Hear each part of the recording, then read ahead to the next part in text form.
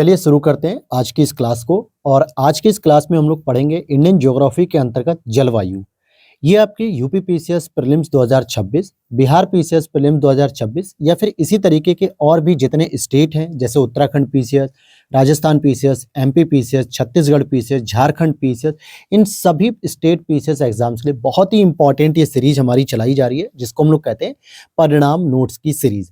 और ये आपकी घटना चक्र पूर्वालोकन जो आपकी बुक आती है, मोटी मोटी बुक, उसी के हैंड रिटन शॉर्ट नोट्स हैं जिसमें सारे टॉपिक, सारे पीवाईक्यूज, एवरी एनालिसिस को इंक्लूड करके बहुत ही क्रिस्प तरीके से तैयार किया गया है, जिसको आप 60 से 70 पेजों में नोट्स को पढ़ के बार बार रिवाइज कर लोगे, जिससे आपका कॉन्फिडेंस भी अच्छा होगा, साथ ही साथ आपके प्रीलिम्स में कंप्लीटली पास होने की जो रेशियो है वो बढ़ जाएगा बहुत ज़्यादा।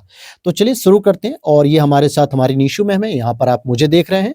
साथ ही साथ आप अगर इस हैंड रिटन शॉर्ट नोट्स को परचेस करना चाहते हैं जो कि पीडीएफ फॉर्म में मिलता है, तो इसकी कंप्लीट इन्फॉर्मेशन आप हमारे इस व्हाट्सअप नंबर से टीम के माध्यम से ले सकते हैं। अदर अपडेट्स के लिए आप हमारे टेलीग्राम चैनल को ज्वाइन कर लीजिए। मेंस आंसर राइटिंग के नोट्स की भी आप अपडेट लक्ष्य भेद शॉर्ट नोट्स के नाम से GS paper 1, 2, 3, 4 and UP special paper 5 and 6 को कंप्लीटली सेम इसी व्हाट्सएप नंबर पे इंक्वायरी ले सकते हैं। लास्ट टाइम हम लोगों ने पढ़ लिया था नदी यानी अपवाह सिस्टम के बारे में हम लोग पढ़ रहे थे, और जब चैप्टर का नाम आया जलवायु तो मैंने होल्ड कर दिया था कि ताकि जलवायु को और बेहतर तरीके से समझा जाएगा। ठीक है, अब देखो जलवायु का मतलब क्या होता है, पहले तो ये आप लोग जान लीजिए। देखिए सामान्यतः क्या होता है ना, जलवायु एक लंबी प्रक्रिया होती है। ठीक है, अब जैसे मौसम क्या होता है, तत्काल के होते हैं, मतलब 4 दिन, 5 दिन, 1 महीने, 2 महीने। जैसे अभी क्या है, सर्दियों का मौसम चल रहा है, फिर कुछ समय बाद लगभग मार्च के लास्ट से शुरू हो जाता है कहीं ना कहीं गर्मियों का मौसम, फिर उसके बाद बरसात का मौसम आता है। हम जलवायु शब्द यूज नहीं करते हैं। जलवायु सामान्यतः जो माना जाता है कि औसतन औसतन अगर मैं कहूँ, जो भूगोल शास्त्री हैं वो कहते हैं कि अगर 35 साल या फिर उससे अधिक, 35 साल प्लस कर देते हैं कि 35 ईयर से अधिक एक जैसी अगर हमें विशेषता देखने को मिल रही है, सेम एक निश्चित समय पर मौसम परिवर्तित हो रहा है, निश्चित समय पर जो है कि सर्दियां आ रही हैं, निश्चित समय पर बरसात हो रही है, निश्चित समय पर कृषि की गतिविधियां हो रही हैं, तो उसे एक जलवायु का नाम दे दिया जाता है, जो सामान्यतः सूर्य की किरणों से भी प्रभावित होती है। अब जैसे अगर ग्लोब पर अगर हम बात करते हैं, तो ग्लोब पर अगर मैं आपको दिखाना चाहूं, यहां पर अगर आप ग्लोब पर देखना चाहेंगे तो हमारा जो प्यारा भारत दिखाया जाता है उसको कुछ इस तरीके से मैं आपको यहां पर दिखाने का प्रयास करता हूं। ठीक है, देखो क्या है, हमारा जो भारत है वो कुछ इस तरीके से यहां पर आता है। ये आपकी 0 डिग्री है, हालांकि मैंने ज्यादा ऊपर बना दिया है 0 डिग्री को, थोड़ा और नीचे कर देते हैं। ये आपकी 0 डिग्री है, और लगभग यहाँ पे आपका 10 डिग्री आ जाता है। यहाँ के आसपास आपका लगभग कर्क रेखा का जोन आ जाता है, और इसी तरीके से आपका नीचे यहां पर मकर रेखा का जोन आ जाता है। तो इनके बीच की जो लोकेशन होती है इसको माना जाता है सामान्यतः उष्ण कटिबंधीय जोन, क्योंकि यहाँ पे सूर्य का जो प्रकाश होता है, जो सूर्य की स्थिति होती है यहाँ पे सन की, तो सीधा किरणें पड़ती हैं। कहाँ? सीधी किरणें पड़ती हैं, और इस वजह से इसको उष्ण कटिबंधीय जोन कहते हैं। इसके ऊपर वाले जो जोन होते हैं वो सामान्यतः जो है कि समशीतोष्ण जोन होते हैं, ज्योग्राफी के टर्म्स में। जो वर्ल्ड ज्योग्राफी के लेक्चर हम लेंगे तो वहां पे समझेंगे। तो उसी के पर्सपेक्टिव से हम यहाँ पर समझने का प्रयास करेंगे कि जलवायु कैसी होती है। लेकिन उससे पहले हम एक मानसून जैसा जो शब्द है, क्योंकि ये जलवायु को सबसे ज्यादा प्रभावित करता है।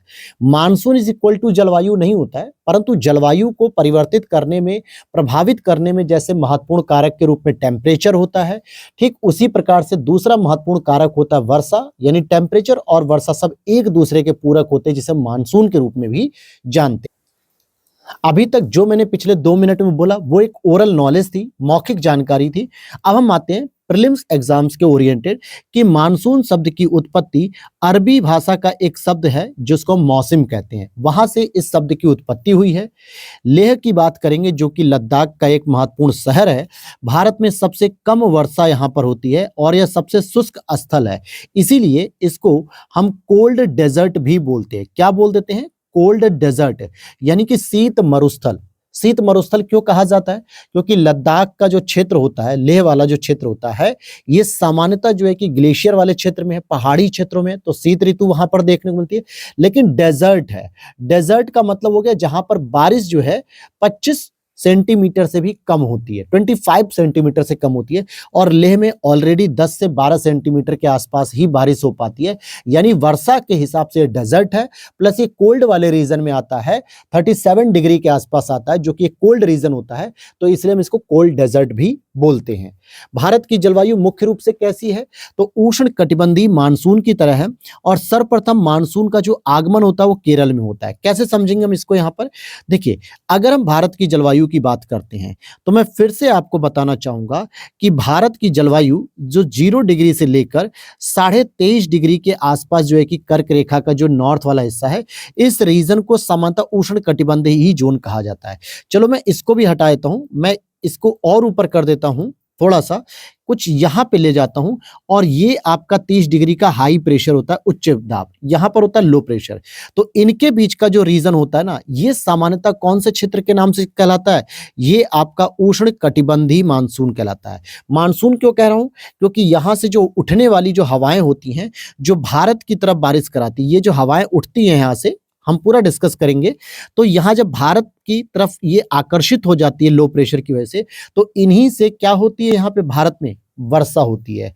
तो ये जो आप वर्षा का पैटर्न देखते हैं, जो वर्षा आपकी कहां से शुरू होती है, कुछ इस तरीके से दक्षिण पश्चिम मानसून से ये भारत में वर्षा आती है, और इस तरीके से वर्षा की मात्रा पश्चिम से पूर्व अर्थात वेस्ट टू ईस्ट क्या होती है, डाउन होती जाती है, कम होती जाती है वर्षा की मात्रा। ठीक है, तो ये वाली जो पॉइंट है ये हम डिस्कस कर रहे हैं।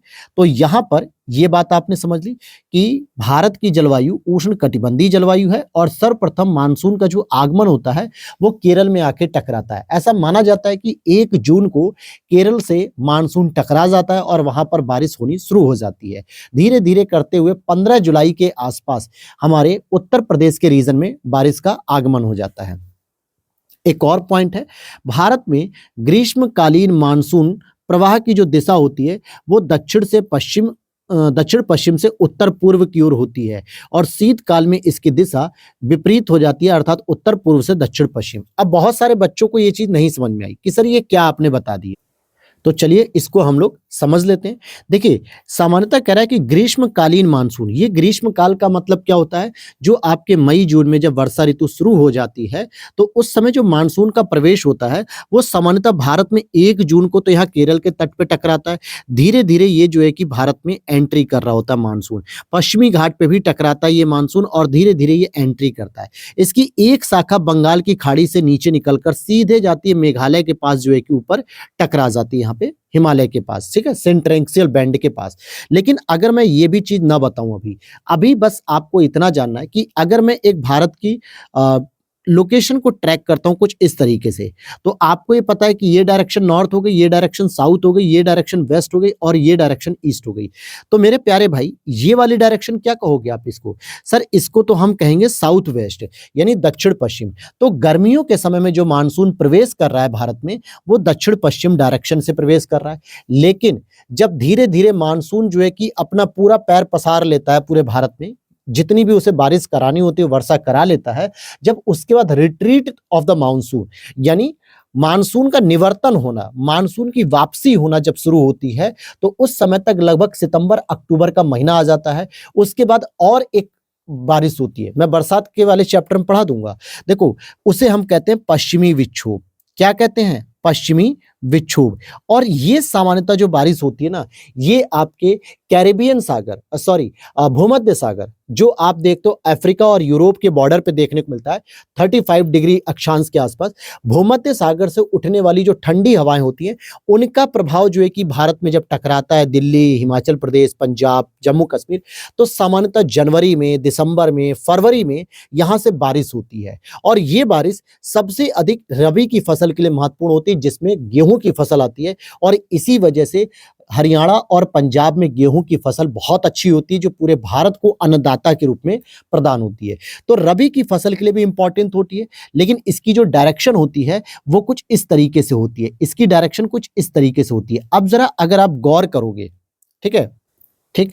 तो अभी भी आप कहोगे सर ये तो उत्तर पश्चिम है। फिर एक और आगे मैं लेकर चलता हूँ, तो जब यही जो आपकी हवाएँ जब टकरा के वापस आती हैं कुछ पश्चिम बंगाल की खाड़ी से जल ग्रहण करते हुए और तमिलनाडु के रीजन में जो है कि ये बारिश कराती है, जिसको हम लोग कहते हैं सितंबर, अक्टूबर के आसपास जो बारिश होती है, या और भी आगे मैं बढ़ूँ तो नवंबर के आसपास जो शीत ऋतु के दौरान बारिश होती है, तो ये आपकी जो डायरेक्शंस हो जाएँगी वो कौन-सी डायरेक्शन हो जाएँगी? ईस्ट से साउथ की ओर आ रही है, अर्थात मतलब ये नॉर्थ, तो ये वाली डायरेक्शन से जो फॉलो कर रही है स्टेप को, तो इसे हम कहते हैं उत्तर पूरब की ओर दिशा होती है, राइट? मतलब उत्तर पूर्व से नहीं, उत्तर पूर्व से दक्षिण पश्चिम की ओर दिशा होती है। भाई उत्तर पूरब से दक्षिण पश्चिम की ओर दिशा होती है, ठीक है? अब यहाँ पे एक इन शॉर्ट समझ लो, सीधे-सीधे बात समझ लो जो इस प्रश्न को है। देखो जलवायु को थोड़ा आराम-आराम से समझेंगे ताकि आप क्लियर कर सको। तो मैंने क्या कहा, जो दक्षिण पश्चिम से मानसून आता है ग्रीष्म काल में, उसकी डायरेक्शन होती है दक्षिण पश्चिम की तरफ से, और वो जाती किधर है? नॉर्थ की तरफ जाती है, यानी कि नॉर्थ ईस्ट, उत्तर पूरब की ओर जाती है। लेकिन अगर वहीं पे मैं शीत ऋतु की बात करता हूँ, तो उसकी डायरेक्शन कुछ इस तरीके से होती है, बंगाल की खाड़ी से लेके तमिलनाडु पे टकराता है, जिसको हम कहते हैं उत्तर पूर्व से, और किस डायरेक्शन में एंट्री करता है वो? इस तरफ से, दक्षिण पश्चिम की तरफ एंट्री करता है। तो एक पैटर्न नहीं दिख रहा है कि गर्मियों में तो मानसून जा रहा होता है और शीत ऋतु में मानसून आ रहा होता है। डायरेक्शन वही होती है लगभग-लगभग, ठीक है? यहां तक बात समझ में आ गई? चलो आगे चलते हैं। अब यहाँ पे नेक्स्ट पॉइंट पे बात करेंगे कि दक्षिण भारत से उत्तरी भारत की ओर मानसून की अवधि घटती है। उत्तरी भारत के मैदानों में वार्षिक वृष्टि की मात्रा पूरब से पश्चिम की ओर घटती है। अब ये भी क्या है सर? ये बला हमें समझ में नहीं आ रही है, तो चलो इसे भी समझा देता हूँ। तो इस पॉइंट को अगर आपको समझना है, थोड़ा-सा मैं इसको छोटा कर देता हूँ ताकि आप और अच्छे से समझ पाओ। देखो यहाँ पे क्या लिख रहा है, दक्षिण भारत से उत्तरी भारत की ओर मानसून की अवधि घटती है। अर्थात जैसे-जैसे ये मानसून का प्रवाह धीरे-धीरे दक्षिण भारत से आपके उत्तर भारत की ओर आता है, तो इसकी अवधि घटती है, यानी कि यहाँ पे जल्दी बारिश करा के फ्री हो जाता है, क्योंकि इसकी हवाओं में नमी नहीं बचती है। क्योंकि ये सारी नमी अपनी कहाँ पे खर्च कर चुका है? इस वाले रीजन पे जो पश्चिमी घाट का रीजन है। जब हवाएँ आती हैं तो डायरेक्ट यहाँ पे टकराती है और यहाँ पे बहुत तीव्र वर्षा कराती हैं।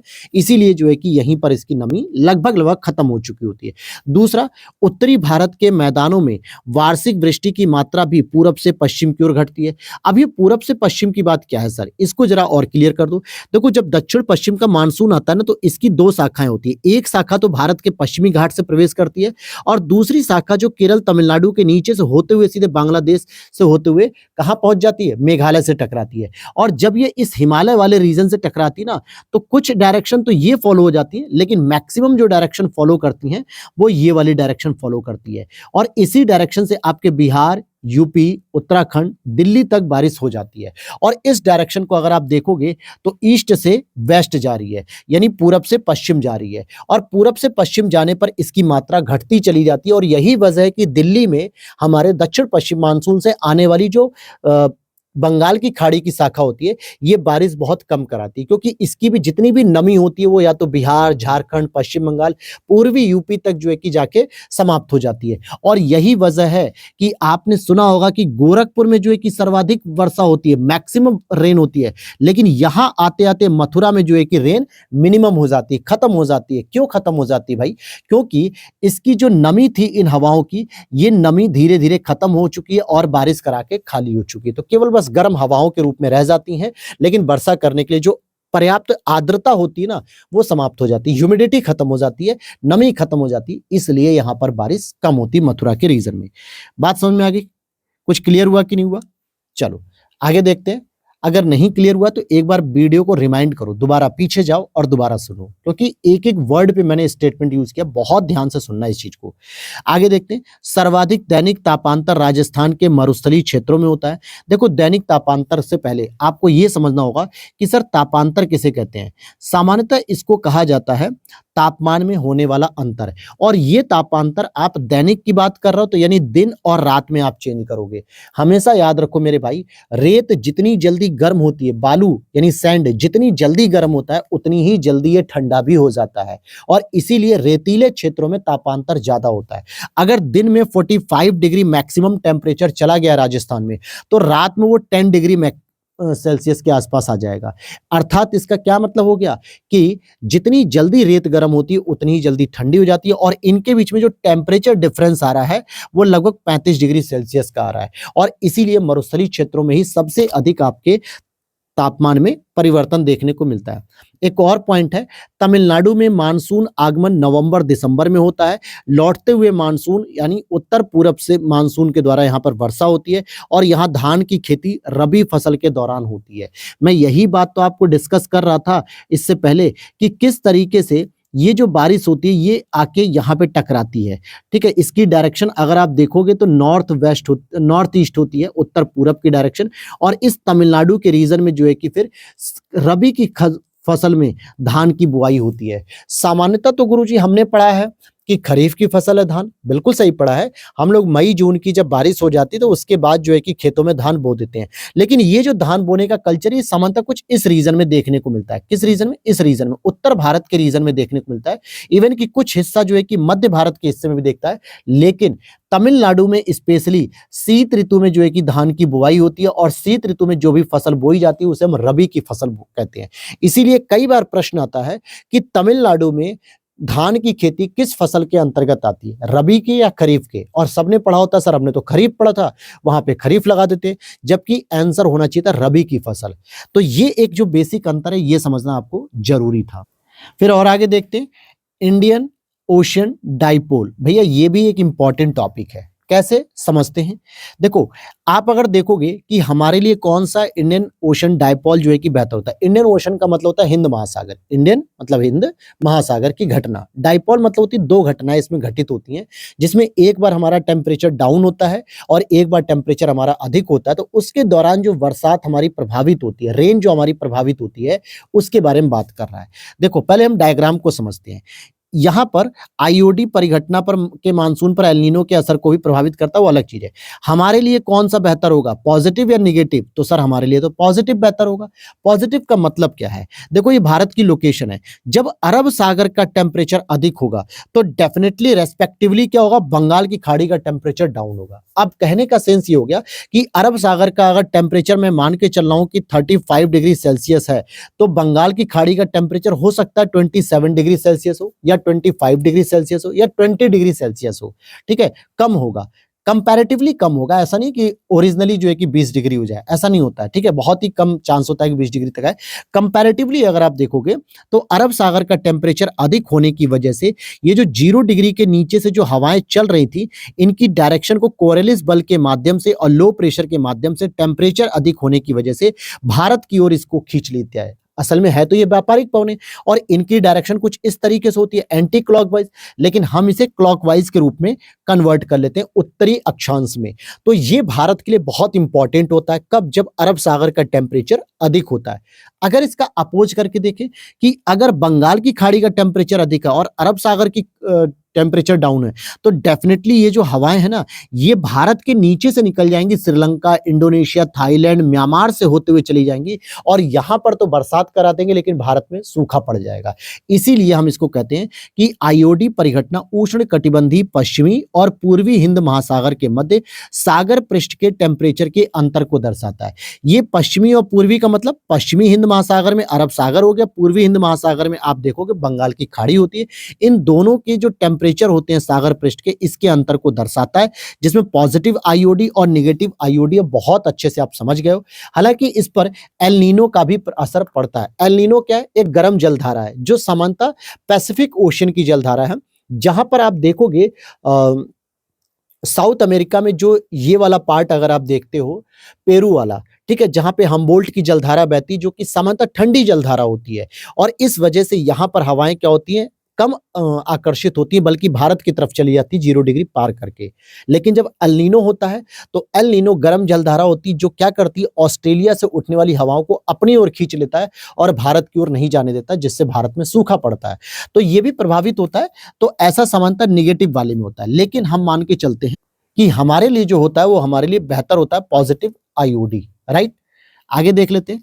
एल नीनो के बारे में ही हम बात करते हैं। देखो ये गर्म समुद्री जलधारा होती है जो सामान्यतः 3 से 4 वर्षों में उत्पन्न होती है और ये हमेशा भारतीय मानसून पे नकारात्मक प्रभाव डालती है। मानसून का मतलब होता है पर्याप्त मात्रा में वर्षा कराना, लेकिन ये क्या करती है, वर्षा को कम कर देती है भारत में, और इस वजह से भारत में क्या होता है, खेती में सूखा पड़ जाता है, खासकर खरीफ की फसलें सूख जाती हैं। पेरू तट के निकट प्रशांत महासागर में ये उत्पन्न होती है। भारत में सूखा होता है, जबकि ऑस्ट्रेलिया और इंडोनेशिया में अत्यधिक वर्षा होती है, तो वहां पे बाढ़ जैसी समस्या होती है, क्योंकि इंडोनेशिया ऑस्ट्रेलिया छोटे छोटे जो है कि कंट्री है, छोटे छोटे आइलैंड हैं, और यहाँ पर बरसात से निपटने के लिए, बाढ़ से निपटने के लिए प्रॉपर उस तरीके का मेजरमेंट नहीं अपनाए जा सकते। इस वजह से यहाँ पे बाढ़ आ जाती है, जबकि भारत में सूखा हो जाता है, कृषि के नजरिए से सूखा हो जाता है और फसलें जो है कि हमारी बर्बाद हो जाती हैं।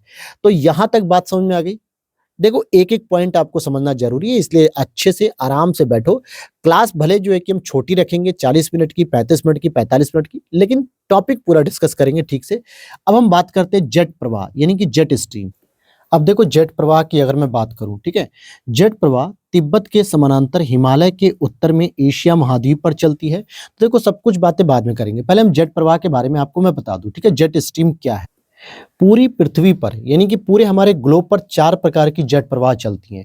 2 जेट प्रवाह आपकी जो चलती है, देखो एग्जाम्पल के तौर पे, जैसे एग्जाम्पल क्या रियल बताता हूँ, या भारत यहाँ पर इस तरीके से, तो हमें 0 डिग्री नीचे लेना पड़ता है। 2 जेट प्रवाह कुछ इस तरीके से आपकी चलती है, हालांकि ये तो ज्यादा नजदीक हो गई, मैं कुछ इस तरीके से चलती है, ठीक है। 2 जेट प्रवाह यहाँ पर इस तरीके से चलती है और एक ध्रुवीय क्षेत्र में चलती है, ठीक है। ये जो है कि आपकी लगभग 66.5 डिग्री के आसपास चलती है, और ये लगभग जो है कि 90 डिग्री के आसपास चलती है। चलो इसको मैं अभी देख लेता हूं, ठीक है। तो ये 2 जेट प्रवाह चलती है, ठीक है, और इनकी जो डायरेक्शन है, अगर आप वो डायरेक्शन देखोगे तो वेस्ट टू किधर है, ईस्ट में डायरेक्शन है, इसीलिए इनको जिधर से उत्पन्न हो रही है ना, उसी को कहा जाता है जैसे उष्ण कटिबंधी या शीतोष्ण कटिबंधी जो है कि पश्चिमी जेट स्ट्रीम, और इसी तरीके की 2 जेट स्ट्रीम साउथ में भी चलती है, ठीक है, दक्षिणी गोलार्ध में। तो टोटल आपकी 4 जो है कि जेट स्ट्रीम चलती हैं। अब बात आती है इस जेट स्ट्रीम की, जो सबसे इंपॉर्टेंट होती है, जो भारत के जो है कि हिमालयी रीजन में होती है, तिब्बत वाले रीजन में होती है, हिमालयी रीजन में होती है, और इनकी उपस्थिति की वजह से यहाँ पर कितना भी टेम्परेचर बढ़ जाए लेकिन चक्रवात नहीं आ सकता। जब चक्रवात पढ़ेंगे तो मैं फिर वहां पर रिवाइज कराऊंगा कि चक्रवात आने के लिए जरूरी है कि इनका विस्थापन हिमालय से उत्तर की ओर हो जाना चाहिए, मतलब हिमालय को छोड़ के बाहर निकल जाए, साइबेरिया की तरफ भाग जाए, चीन की तरफ भाग जाए, लेकिन भारत का हिमालयी क्षेत्र छोड़ना पड़ेगा इनको। और इसी को देखो यहां लिखा है ना, जेट प्रवाह तिब्बत के समानांतर हिमालय के उत्तर में एशिया महाद्वीप पर चलती है। तिब्बत उच्च भूमि जेट प्रवाह को उत्तर और दक्षिण शाखाओं में विभाजित कर देती है। मान के चलो कि अगर ये तिब्बत उच्च भूमि है, ठीक है, तो एक शाखा तो जो है कि आते एक उत्तर साइड में चली जाती है, एक शाखा जो है कि दक्षिण साइड में चली जाती है, और इसी दक्षिण साइड में हमारा हिमालय होता है स्थित, ठीक है। तो यहां पर अब आगे चलते हैं, दूसरे पॉइंट पे हम देखते हैं, राजस्थान में बहुत कम वर्षा होती है, क्योंकि यहाँ पर हवाएं किसी प्रकार की बाधाओं को पार नहीं करती हैं, जिसके कारण वायु के ठंडा या संतृप्त होने के लिए जो आवश्यक ऊंचाई होती है वो नहीं मिल पाती है। इसीलिए आप देखोगे कि राजस्थान के रीजन में अरावली के समानांतर ही जो है कि हवाएं निकल जाती, मान लो ये अरावली पर्वत श्रृंखला है, तो यहाँ पर इसके समानांतर ही जो हवाएं निकल जाती हैं, और जब ये किसी पर्वत से टकराएंगे नहीं, किसी चोटी या पहाड़ से नहीं टकराएंगी, तो हवाएं अपनी आर्द्रता कहाँ पे रिलीज करेंगी, ह्यूमिडिटी तो अपनी रिलीज कर नहीं पाएंगी, इसीलिए यहाँ पर नहीं टकराती हैं। आगे बात करते हैं विभिन्न जलवायु क्षेत्रों का विस्तार। देखो आर्द्र दक्षिण पूर्व, आर्द्र दक्षिण पूर्व, आर्द्र का मतलब क्या होता है, जो नमी युक्त जलवायु होती है। दक्षिण पूर्व का मतलब हो गया जिसमें पश्चिम बंगाल, छोटा नागपुर पठार, ओडिशा का पठार, दक्षिणी छत्तीसगढ़ और उत्तर पूर्वी आंध्र प्रदेश का क्षेत्र आता है, ये आपके आर्द्र दक्षिण पूर्व में आता है। और अगर हम बात करें उपाद्र संक्रमणीय यानी उप आद्र, जहां पे थोड़ा बहुत नमी भी है, थोड़ा बहुत ड्राइनेस भी है, तो पूर्वी उत्तर प्रदेश आ जाएगा आपका, पश्चिमी बिहार आ जाएगा, क्योंकि पूर्वी उत्तर प्रदेश और पश्चिमी बिहार आपस में सीमा साझा करते हैं, राइट। उपाद्र तटीय की बात करेंगे, यानी जहां पे थोड़ा एरिड हो, थोड़ा सा ह्यूमिडिटी टाइप का हो, नमी हो, और तटीय क्षेत्र हो, तो कोरोमंडल तट क्षेत्र भी आप इसमें काउंट कर सकते हैं। और आगे देखते हैं कुछ ऋतुएं हैं भारतीय कैलेंडर के तौर पे जिसको पूछा जाता है, जैसे बसंत ऋतु आपकी चैत और बैसाख के महीने में आता है। चैत सामान्यतः फागुन के बाद आता है, यानी होली के बाद, सामान्यतः मार्च से इसको काउंट किया जाता है। ग्रीष्म ऋतु आपकी ज्येष्ठ आषाढ़, कई बार आपने सुना होगा मई जून की गर्मी बहुत तगड़ी होती है, तो कहा था ना जेठ की गर्मी पड़ रही है। और वर्षा ऋतु की बात करें तो यहाँ पे श्रावण और भाद्र आता है, सावन भादो जो जुलाई अगस्त का महीना होता है। शरद ऋतु की बात करें तो अश्विन और कार्तिक, यानी कार्तिक कार्तिक महीना होता है ना, जिसमें पूर्णिमा वगैरह होती है, पूरे 1 महीने तक कार्तिक की पूजा होती है, दिवाली का पूजा होता है। फिर हेमंत ऋतु माघ शीर्ष पौष में और शिशिर ऋतु माघ फागुन में। तो 1 2 3 4 5 6, तो टोटल ये 6 ऋतुएं आपको पता रहनी चाहिए। देश में औसत वार्षिक वर्षा, देखो गोवा में जो है कि सबसे अधिक होती है वार्षिक वर्षा 3,947 मिलीमीटर, और मासिन राम मेघालय में जो है कि सबसे अधिक वर्षा होती है। अब प्रश्न आएगा कि अगर आपको ऑप्शन देता है राज्य के स्तर पे कि भैया राज्य बताओ कि कौन सा ऐसा राज्य है जहां पे औसत वार्षिक वर्षा सर्वाधिक होती है, तो आपको ऑप्शन में क्या मिलेगा? गोवा, महाराष्ट्र, केरल, कर्नाटक, इनमें से कोई ऑप्शन मिल सकता है। तो आपको स्टेट के लेवल पर तो ऑप्शन गोवा चूज करना है, लेकिन अगर किसी शहर की लोकेशन पूछे या कोई लोकेलिटी के बारे में पूछे तो मौसिन राम मेघालय के अंतर्गत आता है, तब आपको इसको आंसर को सेलेक्ट कर लेना है। ठीक है। उत्तर पूर्वी मानसून से सर्वाधिक वर्षा तमिलनाडु को प्राप्त होती है। मैंने ऊपर ही आपको बताया कि उत्तर पूर्वी मानसून कौन सा आता है, जब इधर से बारिश आती है। ठीक है, जब इस डायरेक्शन से बारिश आती है तो तमिलनाडु का ये वाला रीजन जो है कि क्या होता है, बारिश से भरपूर हो जाता है, तो तमिलनाडु को वर्षा मिलती है। क्योंकि सितंबर माह से सूर्य का दक्षिणायन से ITCZ भी दक्षिण की ओर खिसकता है और मानसून बंगाल की खाड़ी से आर्द्रता ग्रहण करके तमिलनाडु में जो है कि वर्षा करा देता है। तो ITCZ जो कि 0 डिग्री से 15 डिग्री ऊपर होता है, तो जब वो भी जो है कि साउथ में जाता है, 0 डिग्री के नजदीक जाता है, तो आपके तमिलनाडु के आसपास जो है कि बंगाल की खाड़ी से आर्द्रता ग्रहण करती हवाएं और तमिलनाडु के तट पर बारिश करा देती हैं। अब ITCZ क्या है? ITCZ inter tropical convergence zone कहते हैं, जो कि एक लो प्रेशर यानी वायु दाब पेटी होती है। कौन सी? निम्न वायु दाब पेटी, लो प्रेशर होती है, जो सामान्यतः कहां पर स्थित देखने को मिलेगी? भूमध्य रेखा पर। भूमध्य सागर की बात नहीं कर रहा हूं मैं, मेडिटेरियन सी की बात नहीं कर रहा हूं, मेडिटेरियन सी की, भूमध्य रेखा की बात कर रहा हूं, जो 0 डिग्री होती है, विषुवत रेखा। अब देखो ये आपकी 0 डिग्री दिख रही है, ठीक है, यहां से 15 डिग्री नॉर्थ और 15 डिग्री साउथ में शिफ्ट होता है। कब कब? जब 0 डिग्री से उत्तर की ओर सूर्य का उत्तरायण होता है। सामान्यतः आप देखोगे कि ये जो उत्तरायण होता है आपका कब होता है? सितंबर के बाद उत्तरायण होता है। जब अक्टूबर नवंबर दिसंबर के आसपास जो है कि हम देखते हैं, सॉरी सितंबर में उत्तरायण नहीं, वो तो दक्षिणायन होता है दोस्तों, मार्च में होता है। ठीक है, मार्च में जो है कि सूर्य भगवान क्या करते हैं, जब 0 डिग्री से ऊपर की ओर आते हैं भारत में, तो भारत में फिर अप्रैल मई में क्या होता है, खूब गर्मी पड़ने लगती है। तो इसी दौरान जो है कि 15 डिग्री जो है कि नॉर्थ में ये शिफ्ट हो जाता है, आपका उत्तरायण जिसे कहते हैं। लेकिन वही जब सितंबर से नीचे जाने लगता है, सितंबर से ITCZ यानी सूर्य का दक्षिणायन होना शुरू हो जाता है, तो ITCZ 15 डिग्री साउथ में जो है कि खसक जाता है दक्षिणायन के समय। तो ध्यान रखना, ITCZ मुख्य रूप से भूमध्य रेखा पर स्थित होता है, लेकिन उत्तरायण के समय ये 15 डिग्री नॉर्थ खिसकता है और दक्षिणायन के समय 15 डिग्री साउथ में ये खिसकता है। अब आते हैं नेक्स्ट चैप्टर। अभी तक हमने जलवायु पढ़ा, अब हमारा जो नेक्स्ट टॉपिक है वर्षा। तो चलिए वर्षा के बारे में पढ़ लेते हैं। जो आम्र वर्षा होती है, जो आम के फलों के लिए जो बौर कहते हैं ना, छोटे छोटे जो आप देखते होगे जिससे फिर आम के फल छोटे छोटे आते हैं, तो आम्र वर्षा तटीय कर्नाटक क्षेत्र में होती है और केरल क्षेत्र में होती है, जो बहुत ही बेनिफिशियल मानी जाती है। फूलों वाली बौछार केरल में होती है। काल बैसाखी पश्चिम बंगाल में कहा जाता है। लू पंजाब से बिहार तक बहती है। गर्म हवाएं होती हैं, जिसमें बरसात नहीं होती बल्कि गर्म हवा होती है। काल बैसाखी वर्षा युक्त पवनें हैं, जो चाय, पटसन और चावल के लिए बहुत लाभकारी होती हैं, और ये मुख्य रूप से पश्चिम बंगाल में होती है। और इसी पश्चिम बंगाल के दार्जिलिंग रीजन में आपकी चाय की खेती भी होती है। जो तटीय क्षेत्र होता है वहां पे पटसन वगैरह की खेती होती है, चावल की तो होती ही होती है। ठीक है, भारत में सर्वाधिक वर्षा पश्चिमी घाट, हिमालय क्षेत्र और मेघालय में होती है, औसतन 250 सेंटीमीटर। क्यों कह रहा हूं पश्चिमी घाट? क्योंकि जैसे ही दक्षिण पश्चिम मानसून भारत में प्रवेश करता है, दक्षिण पश्चिम मानसून सीधे सबसे पहले पश्चिमी घाट से टकरा जाता है, और इसकी एक शाखा जो है कि हिमालय के पास जाके मतलब असम में, मेघालय में मौसिन राम वाले एरिया में टकरा जाती है, तो वहां पर इसकी वर्षा होती है। तो हिमालयी क्षेत्र हो गया, मेघालय का मौसिन राम वाला क्षेत्र हो गया, और बाकी पश्चिमी घाट हो गया, जहां पर हवाएं टकराती है और अपनी जितनी भी ह्यूमिडिटी उन्होंने कलेक्ट की होती है, चाहे वो अरेबियन सी से कलेक्ट की हो, चाहे वो बंगाल की खाड़ी से कलेक्ट की हो, या फिर इंडियन ओशन से कलेक्ट की हो, इन सभी ह्यूमिडिटी को क्या करते हैं, बरसात के रूप में गिरा देती है, पानी के रूप में। राइट। वर्षा क्षेत्र चेरापूंजी स्थित है, खासी पहाड़ी पर। ठीक है, गारो खासी जयंतिया जो पहाड़ियां हैं उन पर पूछा जा रहा है। पश्चिमी विक्षोभ की बात करते हैं। देखो इसी पश्चिमी विक्षोभ को मैं कह रहा था कि भूमध्य सागर में उठने वाली जो हवाएं होती है, पछुआ पवन, जो कहीं ना कहीं भारत की ओर रुख करती है, तो यहाँ पर सर्दियों में बरसात होती है, जनवरी में, दिसंबर में, फरवरी में भी बरसात हो जाती है, तो ये ठंडी बढ़ जाती है। भारत के उत्तर पश्चिमी मैदानों में शीत ऋतु में ये वर्षा होती है, जैसे पंजाब में, हरियाणा में, दिल्ली में, पश्चिमी यूपी में, जो कि रबी की फसल के लिए इंपॉर्टेंट होती है। और रबी की फसल में सबसे इंपॉर्टेंट होती है गेहूं की फसल, तो गेहूं के लिए बहुत लाभकारी होती है। लेकिन जब यही वर्षा ओले वगैरह गिराने लगती है ना, पत्थर गिरने लगते हैं, तो गेहूं की फसल बर्बाद हो जाती है। सामान्य तो थोड़ी वर्षा जो है कि गेहूं के लिए बेहतर होती है। आर्द्रता ये कहां से ग्रहण करती है पश्चिमी विक्षोभ? तो भूमध्य सागर और अटलांटिक महासागर से ग्रहण करती है।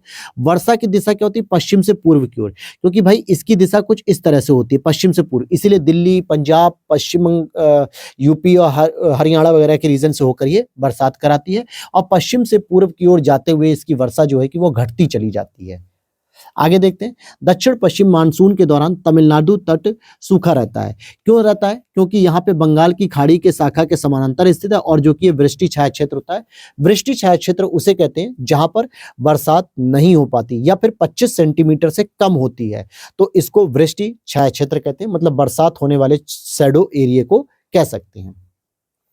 अब यहां पर देखिए, उत्तर पूर्वी मानसून से वर्षा, जो उत्तर पूर्वी मानसून से जो हमें वर्षा प्राप्त होती है, तमिलनाडु तट पे होती है, दक्षिणी आंध्र प्रदेश पे होती है, दक्षिण पूर्व के कर्नाटक के रीजन में भी हो जाती है।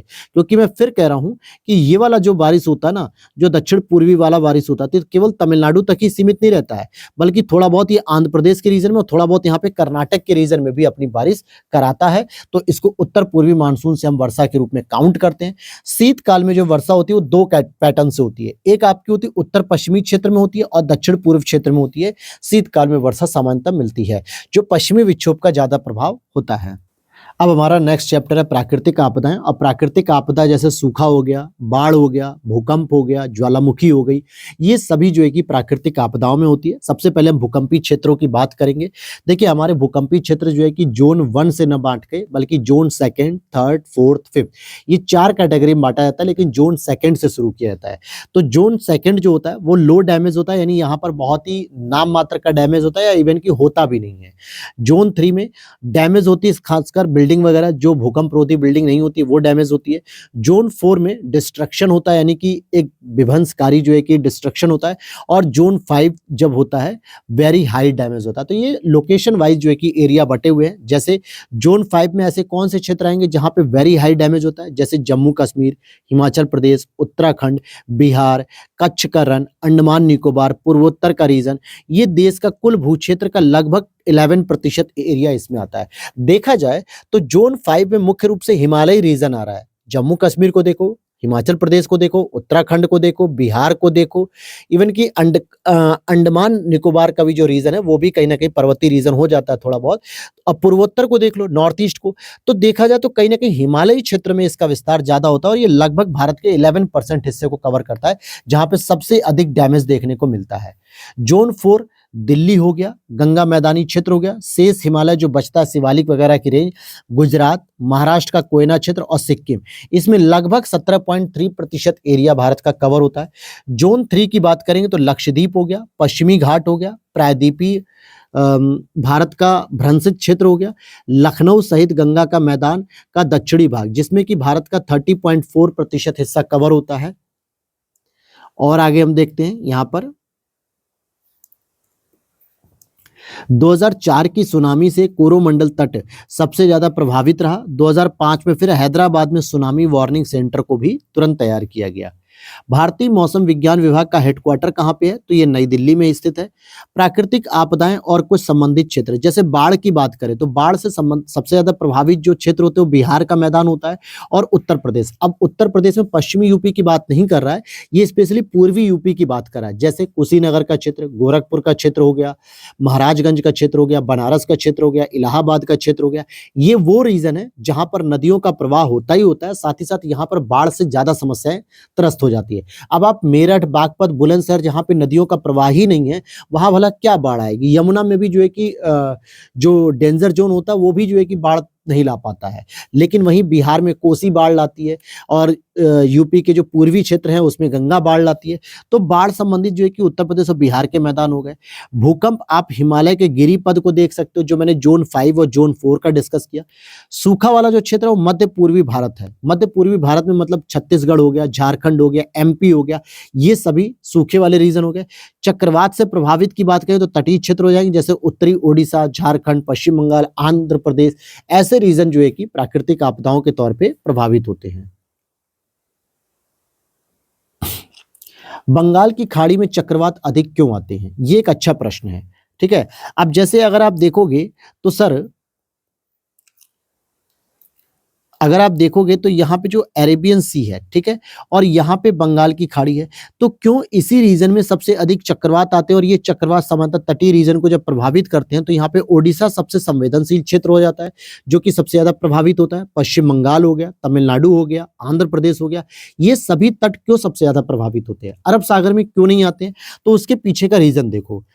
औसतन तापमान 27 डिग्री सेल्सियस से अधिक रहता है इसका, क्योंकि अगर देखा जाए तो ये कुछ इस तरीके से घिरा हुआ है।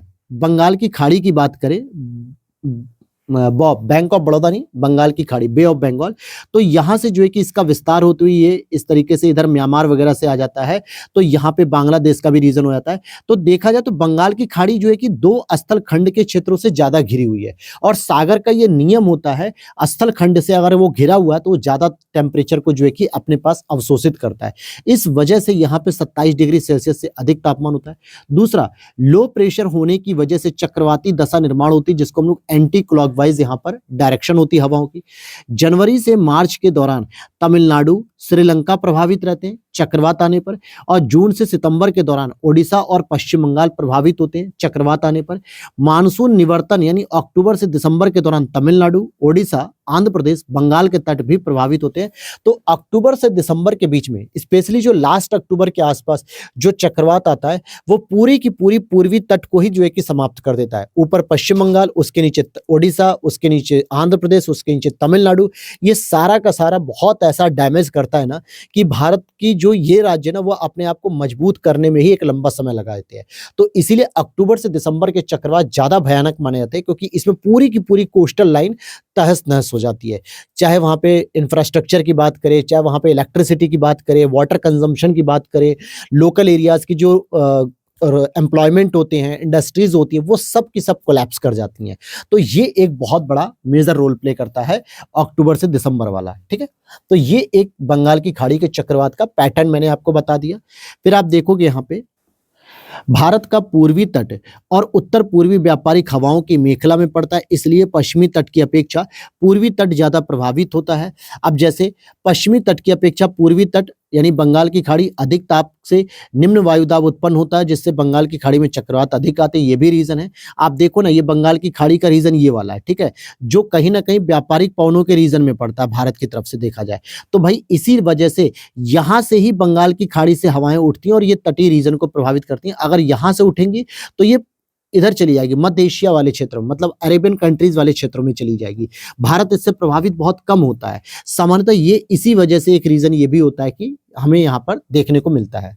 ओडिशा 3 आपदाओं से पीड़ित होता है, चक्रवात से तो पीड़ित होता ही होता है, बाढ़ से भी होता है और सूखा से भी होता है, इसलिए अन्य राज्यों की अपेक्षा सबसे अधिक संवेदनशील राज्य माना जाता है ओडिशा को। पहले आपदा प्रबंधन प्रशिक्षण संस्थान की स्थापना कहाँ हुई है? लातूर, महाराष्ट्र में हुई है।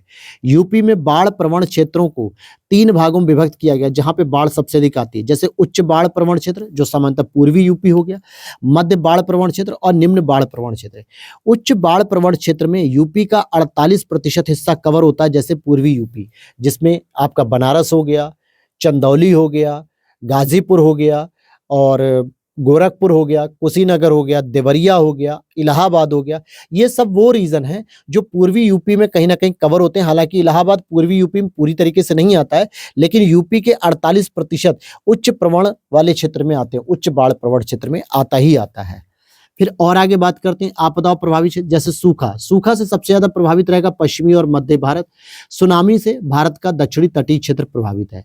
कुछ सत्य कथन है, जैसे प्राकृतिक आपदाएं सर्वाधिक क्षति विकासशील देशों में करती है। बिल्कुल, क्योंकि विकासशील देशों में इंफ्रास्ट्रक्चर कमजोर होता है, जिसकी वजह से क्षति ज्यादा होती है।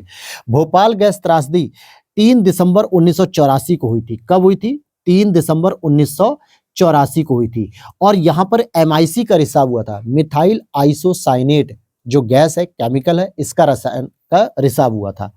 भारत आपदा युक्त देश है, कहीं ये मत सोचना कि आपदा से मुक्त, भाई आपदा के तौर पे देखो यहाँ पे सूखा भी पड़ता है, बाढ़ भी आ रही है, वर्षा भी हो रही है, चक्रवात भी आ रहा है, भूकंप भी आ रहा है, तो ये सारे की सारी चीजें आपदा से युक्त है। अब यहाँ पे क्या था, इंग्लिश जो वर्जन था ना वहां पे लिख दिया गया था डिजास्टर के साथ है, ठीक है, लेकिन हिंदी वर्जन था आपदा मुक्त, यानी डिजास्टर फ्री कर दिया गया था, जो कि भारत है ही नहीं।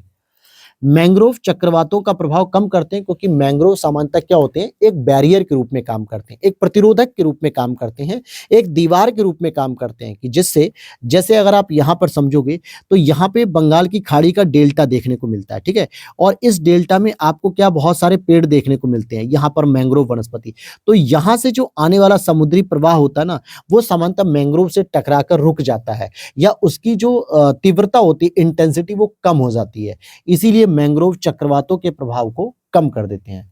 फेंगल क्या होता है, फेंगल एक चक्रवात है जो कि दिसंबर 2024 में तमिलनाडु के तटीय भाग को प्रभावित किया था सबसे ज्यादा। तो अब ये पुराना हो गया तो ये नहीं पूछेगा, लेकिन मैंने लिख दिया था। तो चलो यहां तक की बात समझ में आ गई और अब हम लोग बात करेंगे अगले टॉपिक की जो हमारा कल शुरू होगा, मिट्टियों के बारे में। देखो मिट्टी क्या एक बड़ा टॉपिक है और हम लोग एक एक टॉपिक पर डिस्कस कर रहे हैं। अभी जैसे जलवायु और प्राकृतिक आपदा, दो जो कहीं ना कहीं एक दूसरे से इंटरकनेक्टेड थे, वर्षा भी इसी से इंटरकनेक्टेड थी, तो तीनों टॉपिक मैंने एक साथ आपको डिस्कस कर दी। चीजें जितनी भी आपको समझा सकता था मैंने समझाई हैं, कोशिश पूरी की है कि ताकि आपको चीजें याद हो जाएं और रट लोगे अगर तो अच्छे से आप इसके यूज कर पाओगे। बाकी आपको ये हैंड रिटन नोट्स अगर पसंद आ रहे हो तो आप इसकी PDF को हमारे इस व्हाट्सएप नंबर्स की टीम से मैसेज करके इंक्वायरी कर लीजिए और वहां से आप परचेज कर सकते हैं, कुछ पेमेंट करके आप परचेज कर लीजिए, पूरा डिटेल आपको वहीं पे मिल जाएगा। तो मिलते हैं नेक्स्ट वीडियो में। जय हिंद, जय भारत।